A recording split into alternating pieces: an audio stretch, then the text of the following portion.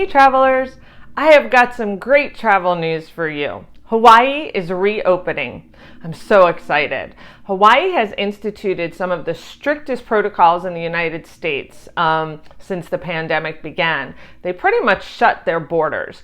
You could travel to Hawaii, but they were pretty open about the fact that they didn't want visitors, and a 14-day quarantine was required. And they meant it. Like when they said 14-day quarantine, they didn't mean like maybe you could wander around your resort. They mean in your hotel room or in your home if you're staying at a private home or an Airbnb or something. And they were serious about it. If you were caught breaking quarantine, people were actually arrested. Hawaii was not messing around. But the good news is they are welcoming travelers as of October 15th.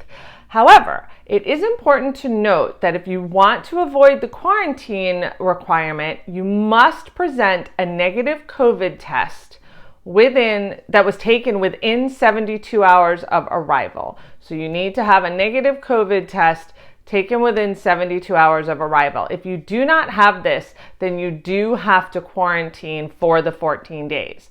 Now, what if you take the test and your results aren't back? You can still travel to Hawaii, but you must quarantine until you can provide the negative results.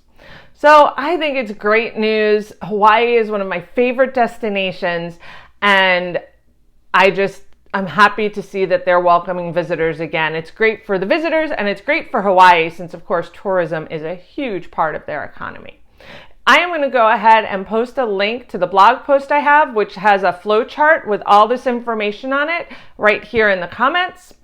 And hopefully you'll be able to visit the Aloha State very, very soon. If you have any questions, feel free to contact me, Christine at moderntravelpros.com, or voice or text 804-833-8050.